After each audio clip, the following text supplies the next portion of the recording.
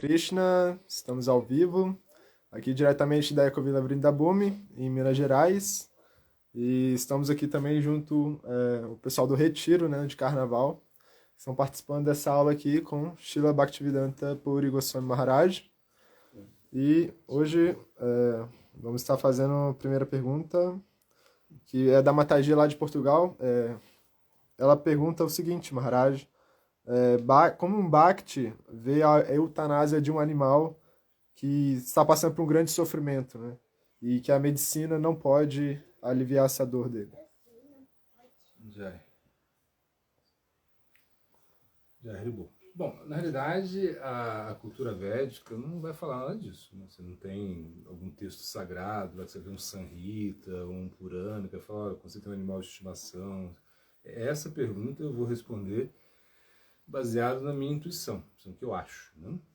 Porque, na realidade, a cultura védica, ou seja, os tempos védicos, né, são diferentes assim da ciência moderna, assim, dos tempos modernos, como a ciência, os historiadores, sei lá, geógrafos, não sei o que, eles vão tratar isso, né?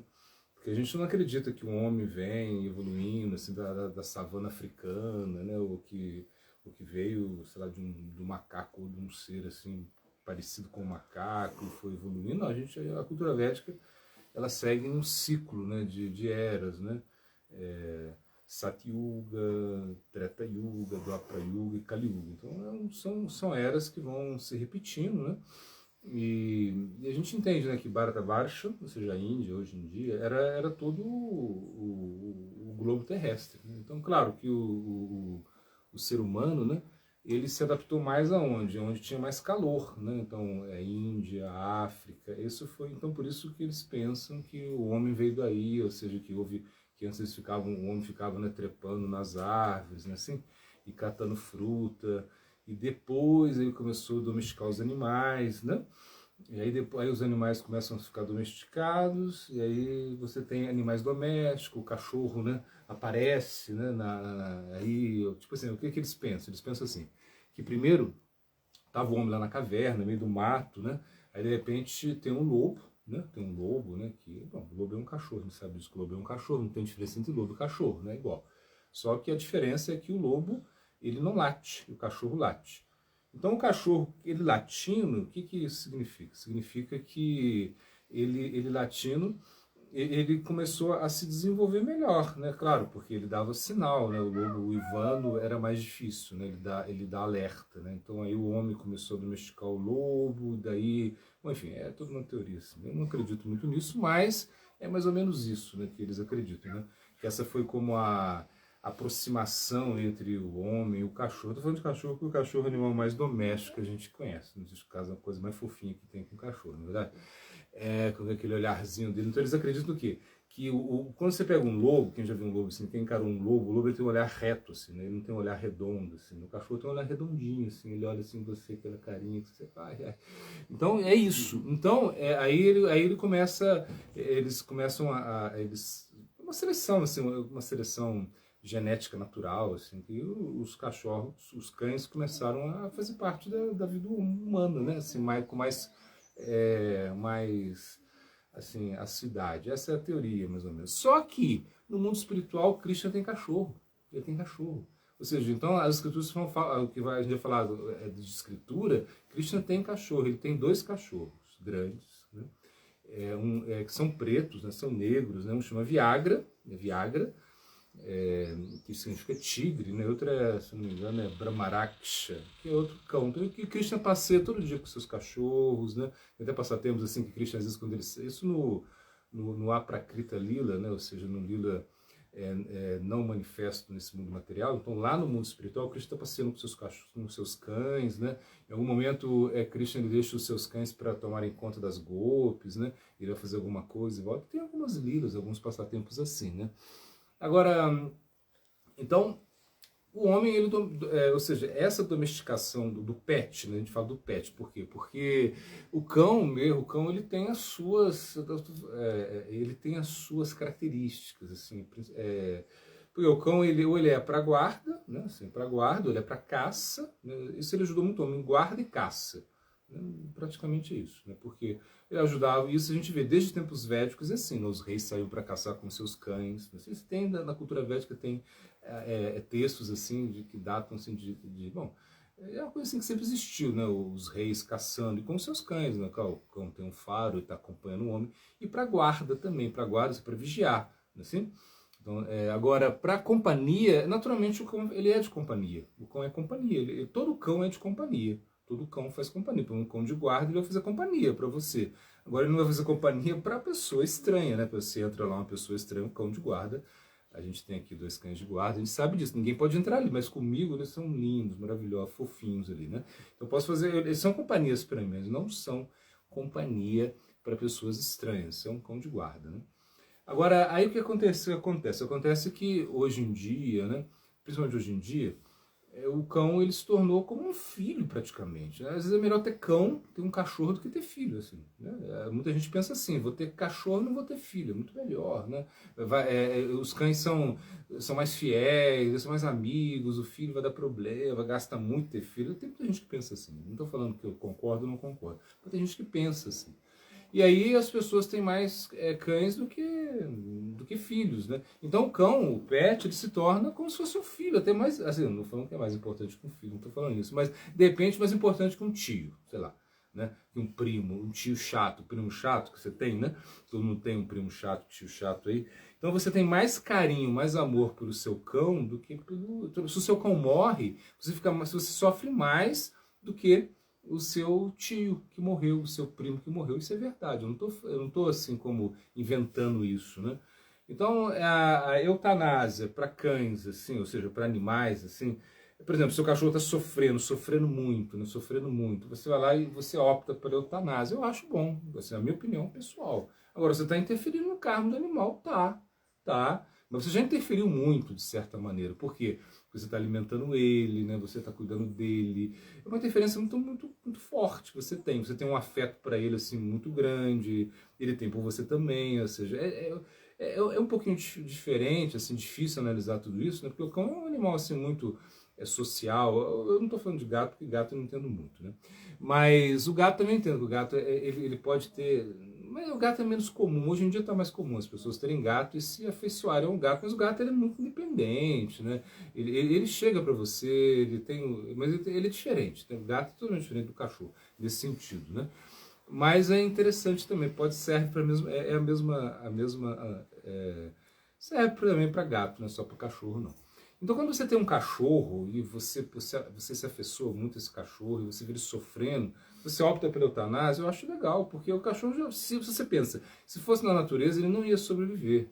Se fosse uma situação assim mais adversa, ele não ia sobreviver. Então é melhor você encurtar o sofrimento dele, né?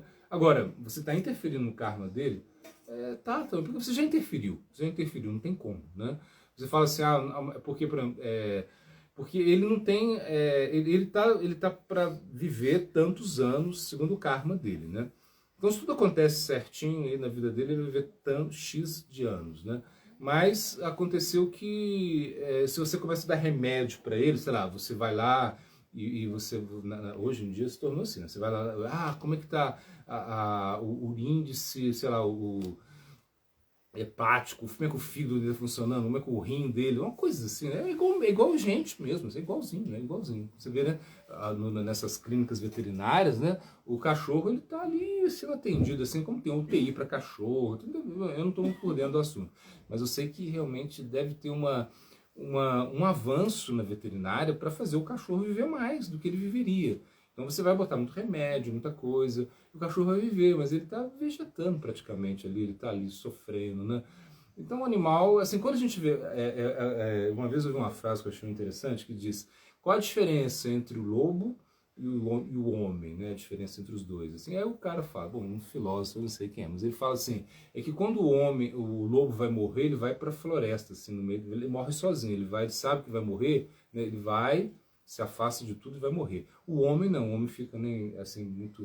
claro, porque pelos apegos, a gente entende tudo isso. E hoje em dia, por exemplo, ninguém morre mais, é difícil alguém morrer no quarto da casa, né? Só se for, sei lá, um infarto, mas se tem algum, já leva ele para UTI, leva para o hospital, leva para não sei aonde, porque você vai tentar, né, como de certa maneira, aumentar a vida dele, mas é um negócio também.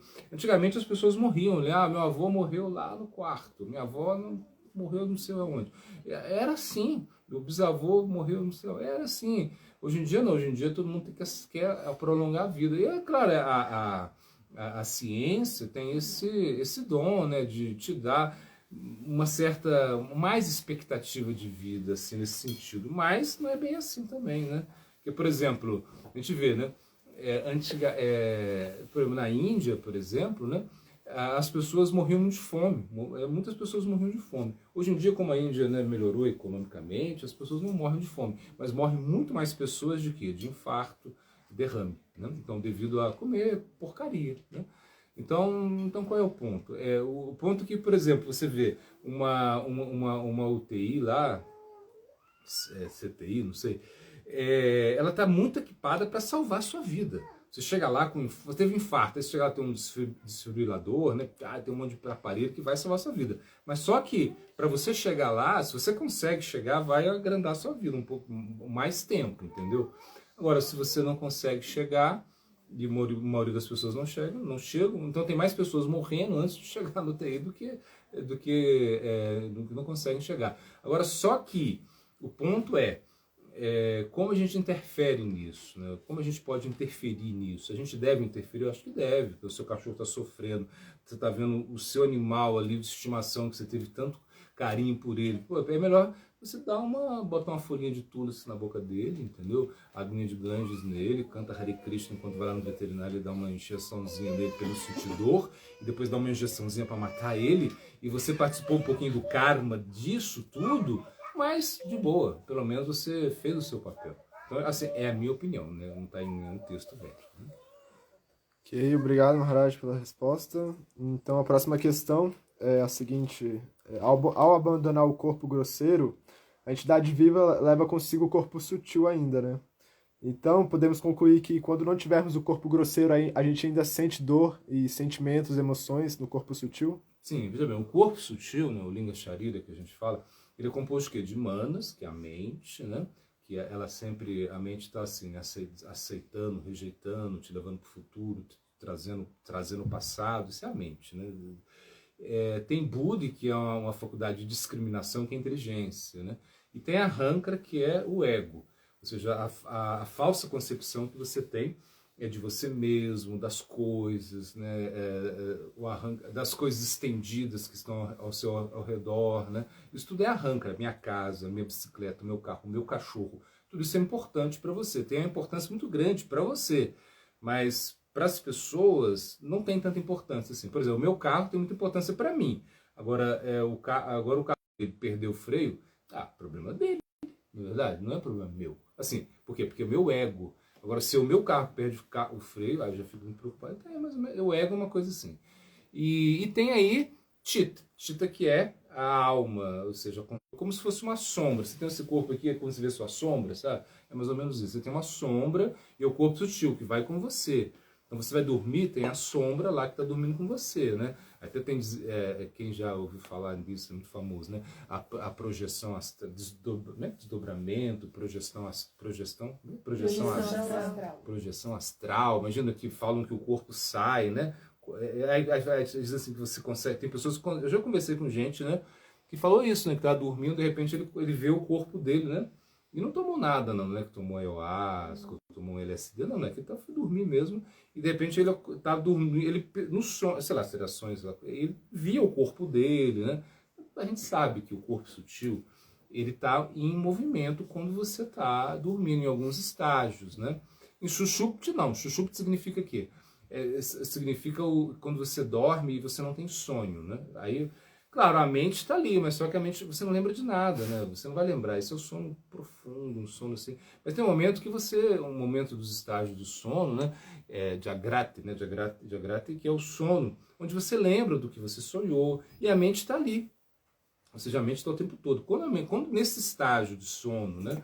Que você está sonhando, a mente está te batendo. Você não concorda? Tipo assim, você sonhou que o tigre está te pegando, imagina. Ou sonhou, quem já sonhou aí, sei lá, que a mãe morreu, né? A gente, quando é pequeno, né? Eu já sonhei, não sei se vocês já sonharam, né? Que a mãe morreu, né? Você está dormindo lá, de repente você sonha que a sua mãe morreu, né?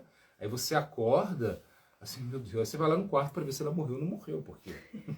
Porque parece muito real, né? O sonho é real. E o que fez você pensar que sua mãe morreu? Foi o seu corpo sutil, foi sua mente, a inteligência e o ego, né? Que estão ali. Porque, por exemplo, porque você é muito apegado à sua mãe, deve ser isso, imagino, né? Você é muito apegado à sua mãe, e de repente você tá dormindo, né? Claro, na sua mente vem esse apego à mãe, né? Esse apego à mãe que vem, né? Normal, né? Aí você não quer, você tem medo de perder, aí cria, sei lá, na mente, é uma coisa assim, não sei como é que é. Eu sei que você acorda e você sofre muito, né? Você fica lá, né? Sei lá, é coisas assim, a gente vê. Então, quando você abandona o corpo material, né? O corpo grosseiro, você tem um corpo sutil. Então, no momento que você, pum, morreu, sei lá, abandonou o corpo. A gente fala abandonar o corpo, né? Você está lá, aí você abandonou o corpo. E o que Krishna fala? Que é difícil, não é fácil. Ah, não, mas ele morreu como passarinho. Não importa se ele morreu como passarinho, se ele morreu... Não é assim, ninguém morre como passarinho. Esse passarinho, quando morre, sente dor também. Morrer é uma miséria. Você, não, eu morri... Dormiu e morreu. Tudo bem, mas você não está lá, você não morreu para ele, né? Quando ele está dormindo lá, aconteceu alguma coisa que foi estranho. E é assim, a morte é uma miséria. Como o nascimento também é uma miséria. Como você nasce... Você não nasce quando você vê uma criança nascendo, né? A coisa mais maravilhosa do mundo. Não é não, gente. Assim, por mais que seja um parto, como é que fala? Humanizado, esse parto diferente, natural, na água quentinha, não sei o que, sem anestesia, blá blá blá. Mas a criança nasce assim, chorando, né? Assim, pode chorar menos, pode ser melhor, tudo bem, eu concordo. Mas é sofrimento. Imagina ela tá lá toda fechadinha, toda, né? Assim, protegida quando vê.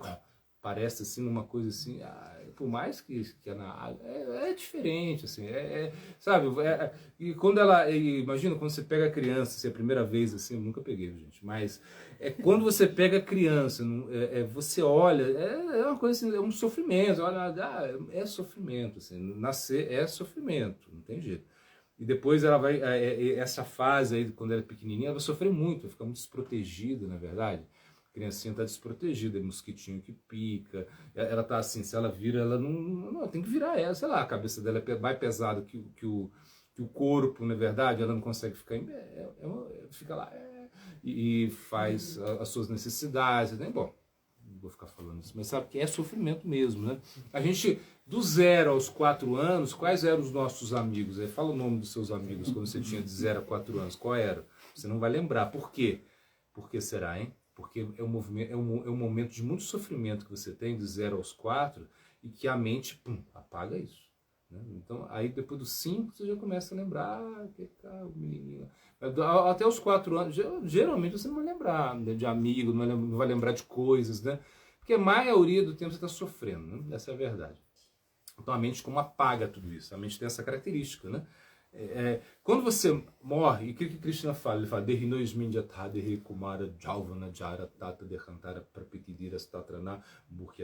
ele fala, né, que você passa, você passa, né, da infância, né, Kumara, da infância à juventude, ao estado onde você é adulto e a velhice, e aí você morre, né? Ele fala assim, então, da mesma forma, a alma, quando ela morre, ela tem que aceitar outro corpo. É uma coisa, é uma lei. Não quero aceitar. Não, tem que aceitar. Mas eu não quero. Não é isso, você tem que aceitar. Você fala, não, mas eu não vou. Vai aceitar, não tem jeito. Você fala assim, eu não acredito muito na lei da gravidade. Não acredito. Não acredito nessa lei da gravidade, acho que não existe. Acho que Newton, né? Newton criou a lei da gravidade. Acho que ele inventou, foi viagem dele, né? Caiu uma maçã na cabeça dele, ele fez uma teoria lá. Acho que tudo isso é mentira. Mas olha, quando se você sobe aí no telhado da casa, pula, você vai ver a lei da gravidade. Ela existe. Ou seja, existe uma atração, né, dos corpos para existe a lei da gravidade. Não tem como falar que não existe a lei da gravidade. Entende? Existe. Eu não acredito, não tem problema, não existe. Então você vai mudar, você vai também trocar de corpo. Quando você está num corpo, né, aí Krishna fala, o que ele fala? É que uma pessoa que é muito dira, né? Uma pessoa que é dirastatra namuhyati, uma pessoa que é muito, muito sábia, ela não se perturba com isso, né? Porque a consciência dela é superior, né? Então quando você está num corpo, e aí você perde o corpo grosseiro, aí você vai para um corpo sutil, você vai sofrer. Não vai ter jeito. Por exemplo, os nossos infernos não são eternos, ainda bem. Não são eternos, mas existem, os Vedas falam de infernos, né? Então, por exemplo, tem inferno para tudo. Você olha lá, ele discrimina inferno para tudo. E o que é isso? É quando você morre, assim, em algum momento, você pode ficar, por exemplo, algum tempo, né? Você tem que... Eles pegam o seu corpo sutil, você tem quem já viu aquele... Como é que chama? É Ghost, né? Aquele filme... Bom, é da minha época, não sei se é da sua. Da minha também. Bom, é o pessoal mais antigo. Mas, enfim, assim, o pessoal que vinha assim como... O cara morreu lá, vinha como uns fantasminhas, assim e levavam o corpo dele, né? Era o corpo sutil, né? Era um filme assim que tem assim como uma... É mais ou menos isso que acontece mesmo, né? Não sei se o Espiritismo fala dessa mesma forma, mas é isso mesmo.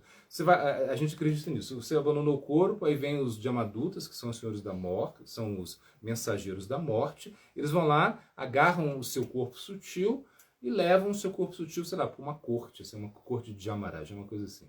Aí você vai ser meio que julgado, assim, vão ver lá o que você fez, o que você não fez, é mais ou menos isso, né?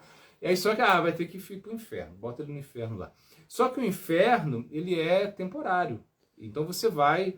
É tudo sutil. Então sua mente, a inteligência, ego, você tem um corpo sutil, aí vão fazer você sofrer de alguma maneira por algum tempo, e aí você vai passar por alguns infernos, depois você vai poder encarnar num corpo novamente humano ou animal. É assim que...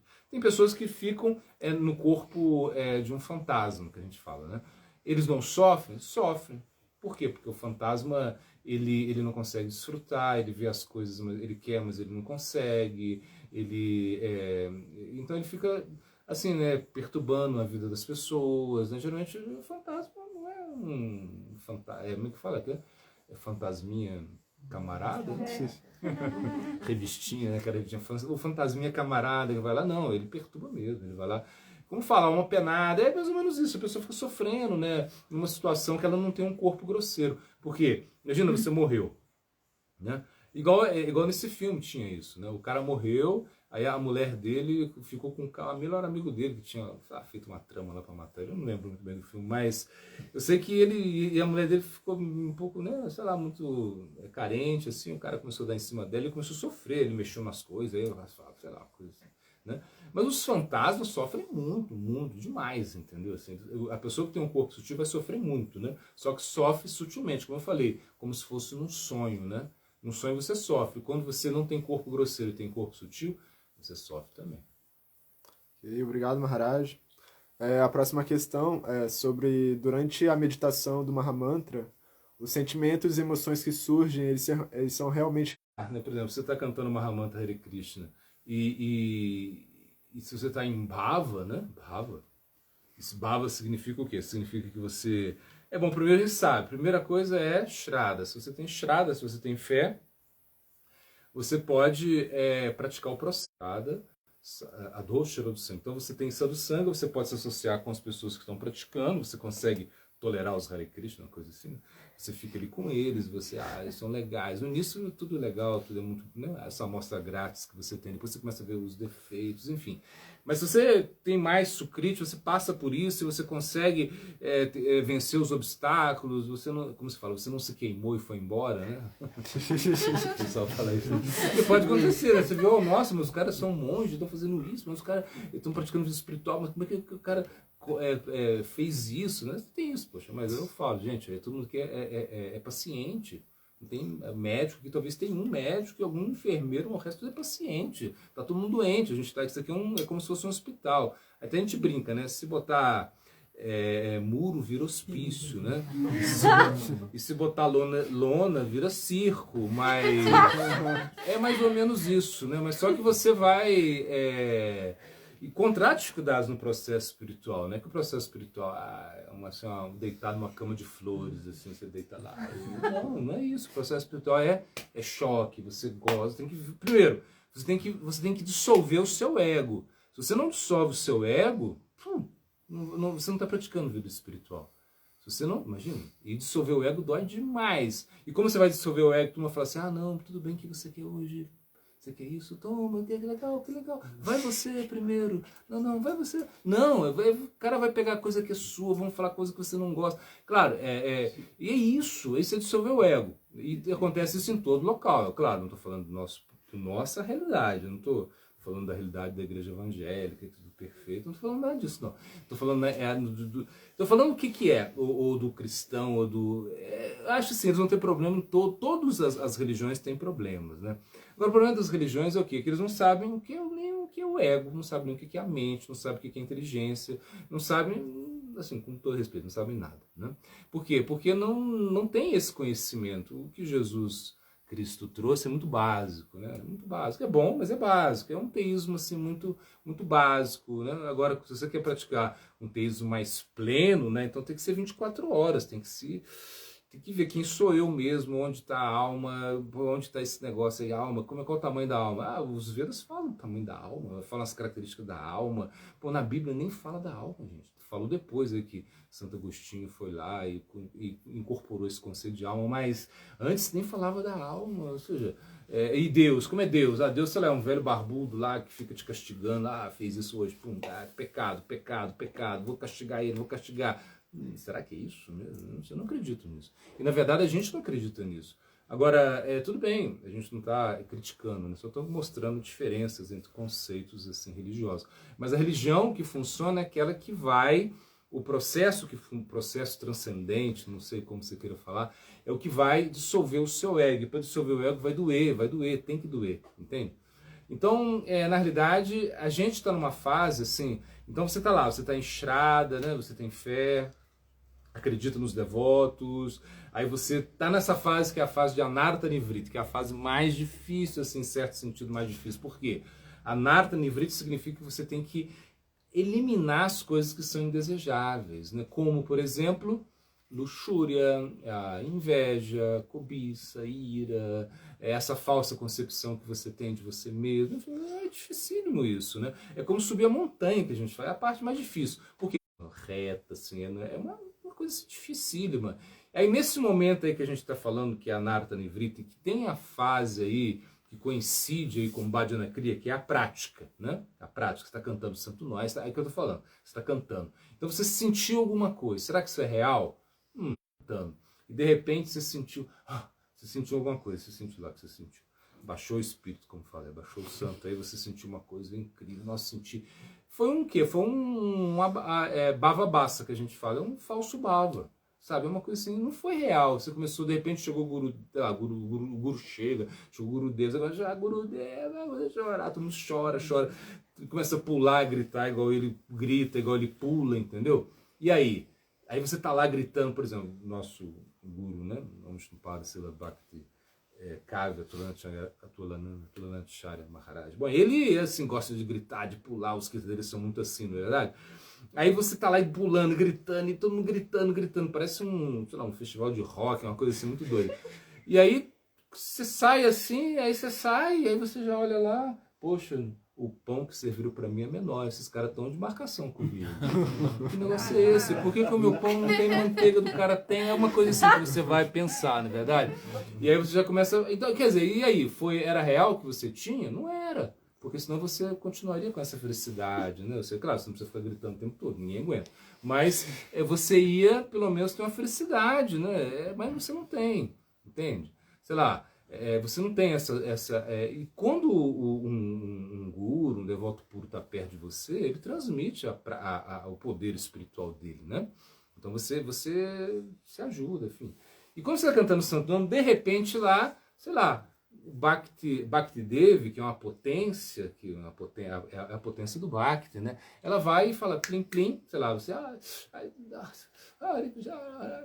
tá, mas depois acabou, entende? Se acabou, então não era real, era uma coisa falsa. Porque, por exemplo, aí a gente vê, aí vamos subir um pouquinho no estágio. A Narta Nevi subiu a montanha, vamos ver que você conseguiu subir a montanha. Vai demorar muito, mas você conseguiu, sei lá, de alguma maneira você conseguiu. Subiu a montanha, aí você chegou em Nishta. Nishta é o estágio que você tem estabilidade agora. Então você já não vai mais para os objetos sentidos, você já não se distrai tanto, você não fica lá, né, dormindo na aula, né, coisas assim. Então tá, você está em Nishta. Aí de repente você já tem Ruth. Aí Ruth começa a mesma coisa. Ruth significa o quê? Prazer, você tem prazer, sabe? Antes você estava tomando remédio, antes você comia porque, tá lá, tinha que comer. Agora você come porque é gostoso, é uma coisa assim. Aí você já tem um prazer, você canta, tem prazer. Você escuta o Harikata, você tem prazer. Você tem prazer em tudo, né, nas suas práticas, é diferente. Aí daqui a pouco você tem o quê? Você tem a Shakti, que é o apego mesmo, apego, você tem apego aí às suas práticas, apego a Krishna, apego a tudo, né? E depois você tem Bhava. E Bhava é onde o sentimento ele é real. Por exemplo, o Gorakshara Das Baji Maharaj, ele tinha Bhava, então ele cantava o santo nome. Então ele disse que ele estava numa cabaninha assim, e quando ele cantava o santo nome, né? E se ele não sentia o corpo dele, né? Sei lá, os pelos do corpo dele, né? Arrepiarem, né? Se ele não sentia, se ele não chorava, né? Quando ele cantava, né? Se ele não começava, se ele não perdia sei lá, começava a gaguejar, né? Como foi gaguejar? Não, balbuciar, né? Sei lá, imagina, começava a cantar e quando veio já era mais ou menos assim, né? Que ficava por quê? Porque era um bhava, uma coisa que vem assim, ficar vermelho, né? Se ele não ficava assim, ele chegava, alguma coisa aconteceu, vai lá, pulava no rio, né? Aí voltava e continuava, porque ele sempre sentia isso, entende? Então dizem, por exemplo, quando ele saía quando ele ficava muito tempo praticando bhajana, né? Aí os tijolos, né? Quando ele saía, né? Os tijolos cantavam Hare Krishna, assim, Hare Krishna, os tijolos, né? Então assim, o pessoal viram, né? Eles viram, claro, não foi filmado, não foi nada, mas eu acredito sim, por quê? Porque é um devoto puro, né? E em certo sentido, o que ele tem é real. Então a gente não tem isso, a gente falta muito pra gente ter isso. Agora, não estou querendo desanimar, viu, gente? Mas no início a emoção que você tem, ela é passageira, sabe? Ela é passageira. Foi boa a emoção, então você guarda esse momento de emoção, né? E tem gente que fala assim, não, a deidade sorriu para mim, falou comigo, né? Tá bom, se você não tem nenhum problema aí, né, na cabeça, isso foi verdade mesmo, que a deidade saiu, né? E você teve uma emoção ali, foi uma coisa incrível, mas depois a deidade ficou quietinha, né? Não é que a deidade, né, ficou o tempo todo, né, falando com você, não ficou, né? Ok, obrigado, Maharaj. A próxima pergunta fala: quando os acharyas falam sobre quando tivermos uma realização e vemos Krishna em toda parte, isso é sobre a sua forma, o seu corpo espiritual, os seus passatempos, ou seria algo mais subjetivo, né, como ver Krishna nas circunstâncias, nos contextos, né, nas situações que acontecem? Então tem o Antardarshana, Saksha Darshana. Então o Antardarshana é quando você, na meditação, você vê Krishna. Tipo assim, você tá cantando, né? Você está cantando e é para você, né? Você canta, você pratica um processo de meditação e de repente Krishna aparece para você. Isso é uma coisa, é só para você, né? Por exemplo, o Sr. Brahma, né? O Sr. Brahma é o criador do universo. Então diz que teve um momento aí que Krishna apareceu para ele. Então na meditação Krishna apareceu para ele, né, e entregou para ele o quê? O Chatushlok, né, do Bhagavatam. Então são 4 versos, que a gente recita todo dia ali, todo dia no Mangalarti, que eu digo, né? Então ele é o Chatushlok, que são os 4 versos essenciais de uma escritura muito importante para a gente, que é chamado Bhagavatam, né? Então, quando você recita esse verso foi recitado, você lembra, aí o que está por trás disso? É que o Sr. Brahma recebeu isso num darshana. Darshana significa uma visão interna que ele teve. Então, ele teve uma visão interna, ele recebeu isso. Isso é como uma coisa, isso é algo, né? Agora, por exemplo, quando você tem o Saksha Darshana, que é o Darshana externo, ou seja, o Darshana que você tem externamente, quando você viu Krishna mesmo, Krishna apareceu aí para você, não é um fantasma, é Krishna mesmo, tocando sua flauta, sei lá, ele aparece com as golpes, você viu ele mesmo, né? Aí isso pode acontecer, isso é o que geralmente é o que? É a forma, a guna, né? Guna, Rupa Guna, cara, você vai ver a forma de Krishna, você dá lá, de repente, pum, apareceu o Krishna assim, pum, apareceu. Depois foi embora, não vai ficar o tempo todo, mas apareceu. Então, aí você viu a forma. Então é Guna Rupa.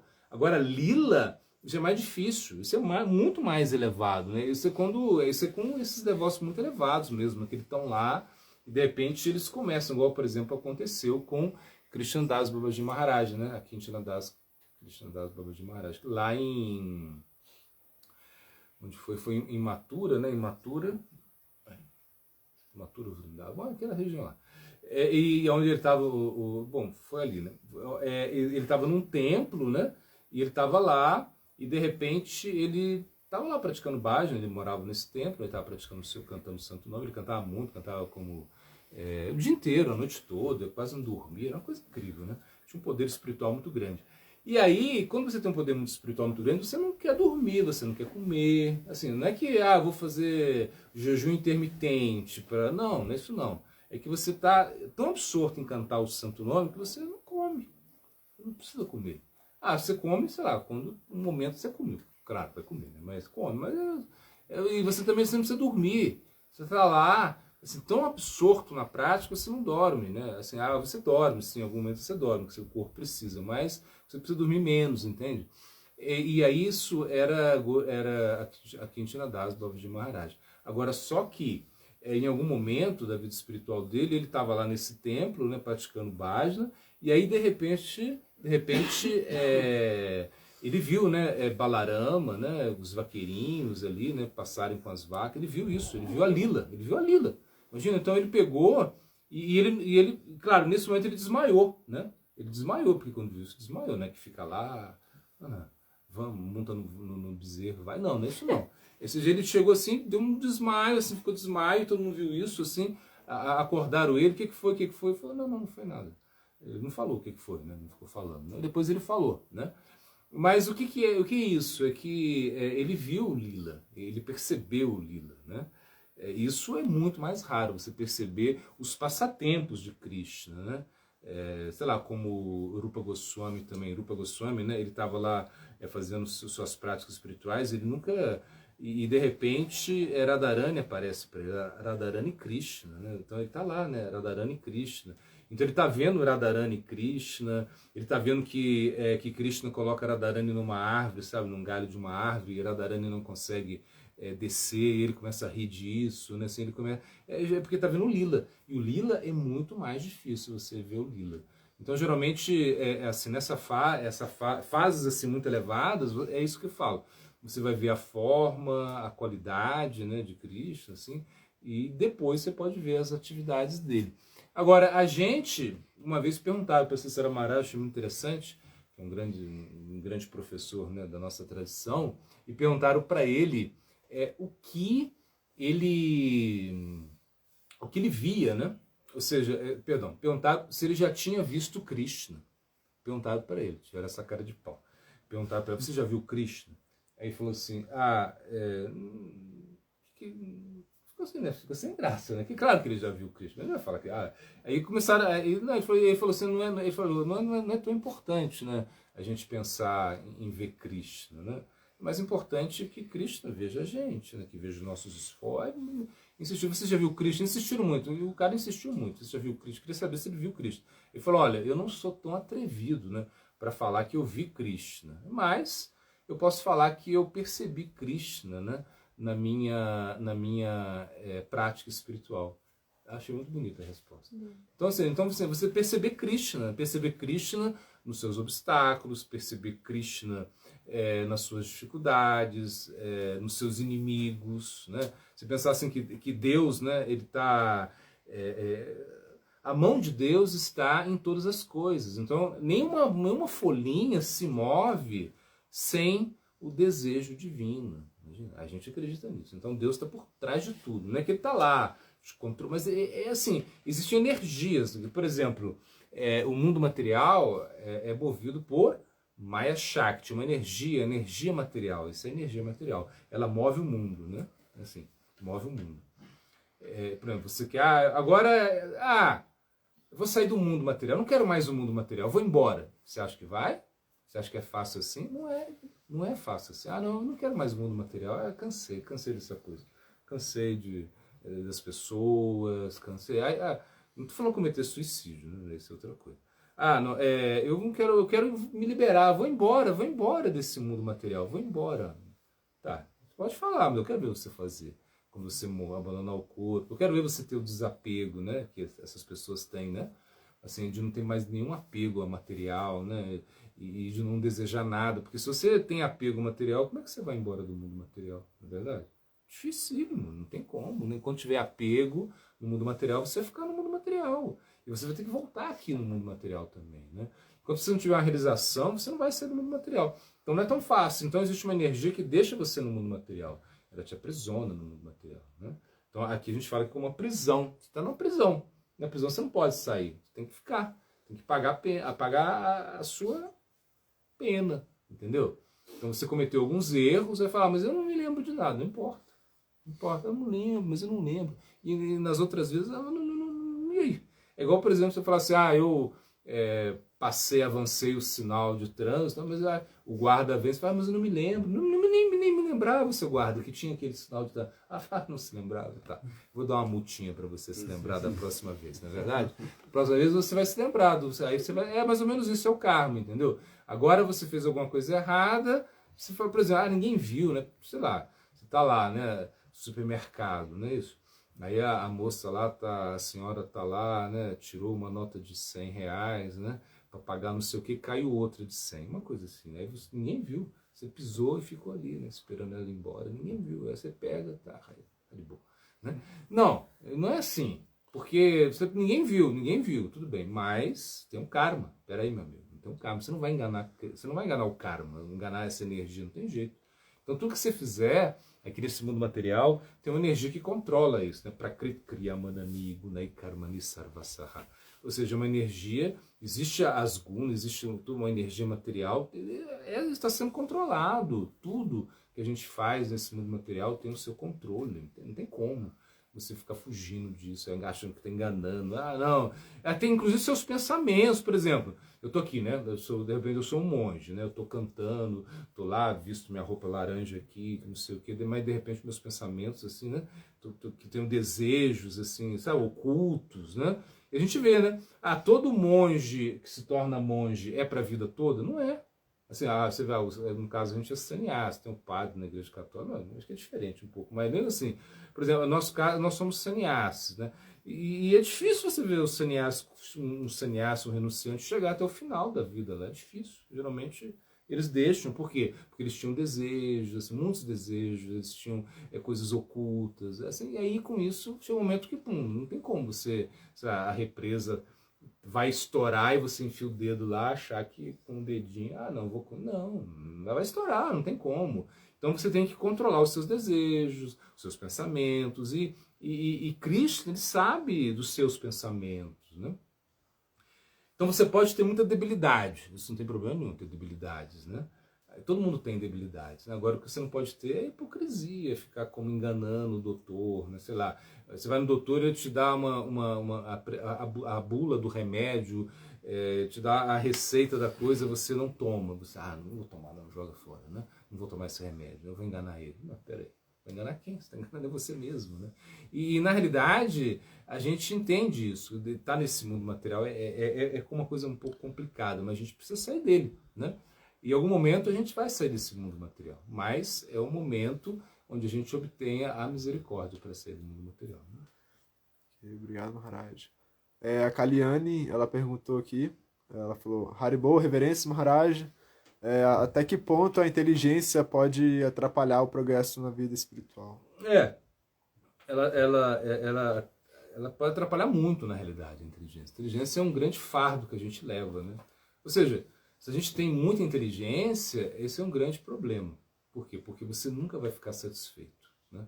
Se você não tem muita inteligência, isso é bom demais. Aqui é bom demais, assim, em certo sentido. Tô falando que você tem que ser o cara mais tapado do mundo, mas se você não tem tanta inteligência, é bom. Muita inteligência é ruim. Então, por isso, César Maharaj mesmo, esse mestre que a gente falava dele antes, ele dizia, né? Quando chegava uma pessoa que era muito inteligente, né, no templo, né, ele falava Gyana Shunabha. Gyana Shuna Bhakti. Gyana Shuna Bhakti significa o quê? Você precisa praticar o Bhakti sem Gyana. Gyana é a inteligência, né? Mas até que ponto a inteligência nos ajuda? Ela no início a inteligência nos ajuda bastante, eu acho. No início, né? Você é inteligente, você estuda as escrituras, você entende o Sambandha Gyana, que é o conhecimento preliminar. Então você tem que entender alguma coisa também. Se você não entende nada, é mais difícil, né? Então você tem que entender alguma coisa. Mas é só o básico para você poder fazer serviço devocional. A inteligência ela pode ser muito prejudicial, né? Por quê? Porque a inteligência ela gera muito orgulho, né? Então você é uma pessoa muito inteligente, né? Ela acaba sendo muito orgulhosa da sua inteligência. E como eu digo, ela é insaciável a inteligência. Você, por exemplo, sei lá, você tem muita luxúria, né? Luxúria, sei lá, você tem muito desejo sexual, de repente você satisfaz um pouco isso e tá bom. Mas a inteligência não, ela é mais ou menos assim, ela é insaciável, insaciável, insaciável. Você nunca para, porque você acha que tem que saber mais, que você tem que entender tudo, né? Que você começa a querer capturar Deus, enjaular Deus, assim, engaiolar Deus. Imagina, você acha que vai entender Deus. Entender Krishna, você acha que vai entender Krishna? Você acha que você consegue entender Krishna com a sua inteligência? Então, Prabhupada, né? Ele dá o exemplo, é como uma abelha, né, que fica lambendo, né, a garrafa de mel, e o mel está fechado, e a abelha não entra dentro do mel, não entra, né? Então é mais ou menos isso que acontece com a nossa inteligência, né? A gente consegue experimentar alguma coisinha por fora, mas a gente não consegue entrar mesmo, né? Então, ou seja, entender Krishna, perceber Krishna com a nossa inteligência, isso é impossível. Nossa inteligência é bem pequena, minúscula, né? É como nessa história, né, de Santo Agostinho, eu gosto sempre de contar isso, mas quando ele era muito inteligente, né, em algum momento lá na praia, ele estava, né, pensando nas coisas aí dele, filosóficas, aí, teológicas, e de repente ele viu um menino colocando água num potinho, água do mar, né, estava na praia, e o menino enchia, né, tentando encher o potinho com água do mar. E ele falou, nossa, é isso que eu estou fazendo, né? Eu estou tentando capturar, né, o infinito, né, com a minha inteligência. Não tem como. Não tem como, eu vou botar todo o mar dentro de um potinho. Tem jeito? Não tem. Não tem como.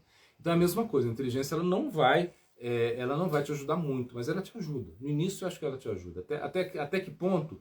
No início. No início do seu processo, a inteligência te ajuda. Depois não vai te ajudar mais. Você precisa começar a aprender a sentir as coisas, né? Você precisa servir, né? Por isso que, por exemplo, uma pessoa muito inteligente, talvez ele não consiga servir, né? Agora, pode servir também. Ele pode servir o quê? Dando aulas, escrevendo livros, coisas assim. Mas a gente vê muitos devotos super inteligentes. A gente tinha um devoto que era o professor Sandial, né? Imagina, ele era da bancada dos examinadores, das pessoas que iam fazer o teste para ser PhD, né? Então, quando uma pessoa ia ser PhD em alguma coisa, ele estava lá examinando, da banca que examina, né, essas pessoas. Imagina o tão inteligente que ele era, né? Era professor de sânscrito, era muito inteligente, né? E quando ele chegou na mata, ele chegou no templo, Prabhupada Bhaktisiddhanta, lá o guru dele, começou a botar ele para varrer as escadas lá, entende? Ele ficava varrendo lá, varrendo. Ele ficou muito tempo fazendo isso, varrendo, lavando panela, né? Então, ou seja, mas ele tinha muito. Depois bota ele para traduzir livros, sei lá, para corrigir, fazer artigos. Ele ajudou muito assim, na publicação. Então, as pessoas inteligentes, elas têm que usar a inteligência delas, né, para Krishna, sim. Então eles podem usar, são brilhantes em muitos aspectos, escrevem livros, traduzem, fazem muito, é ótimo, né? Mas é limitado isso, né? Isso é só um serviço. Agora, mas o problema todo é o orgulho que traz, né? A inteligência ela pode vir com muito orgulho, e aí o orgulho destrói a nossa